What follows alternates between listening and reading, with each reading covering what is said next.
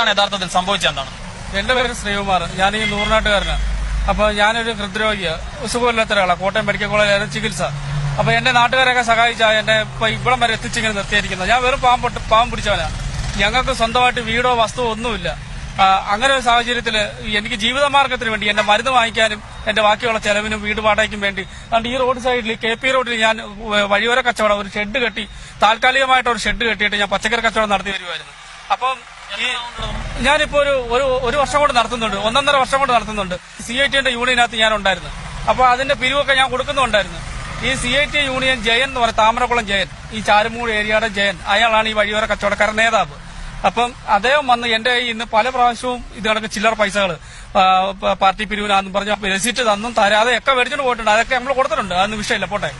ഒരു ദിവസം ഈ കച്ചവടം ഇല്ലാതിരിക്കുന്ന ഈ അവസരത്തിൽ പിന്നെ എന്റെ അടുത്ത് വന്ന് ഒരു 1000 രൂപ ആവശ്യപ്പെടുക. ഈ 1000, 2000 ഒക്കെ ചോദിച്ചു കഴിഞ്ഞാൽ ഞാൻ എവിടുന്നിട്ട് കൊടുക്കാൻ? ആവപ്പാടെ കിട്ടുന്ന ഈ വരുമാനം കിട്ടുന്ന 1000-500 രൂപ കിട്ടിയാലായി. ഈ വരുമാനത്തിനകത്തുനിന്ന് എനിക്ക് മരുന്ന് വാങ്ങിക്കണം, എന്റെ വീടിന്റെ വാടക കൊടുക്കണം, ഞങ്ങളുടെ ചെലവ് നടത്തണം, എല്ലാം ചെയ്യണം. ഞാൻ എങ്ങനെ കൊടുക്കാനാ?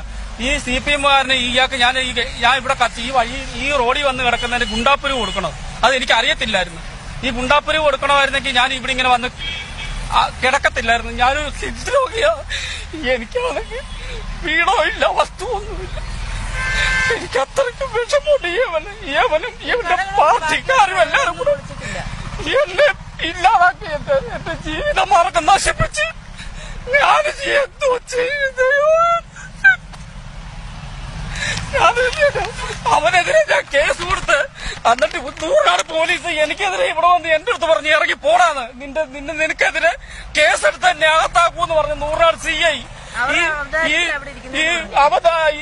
അയാളെ ഔദാര്യത്തില്ല ഞാനിവിടെ ഇരിക്കുന്നത്, നീ റോഡ് സൈഡിൽ വന്നിരിക്കുന്നതെന്ന് അയാൾ പറഞ്ഞു.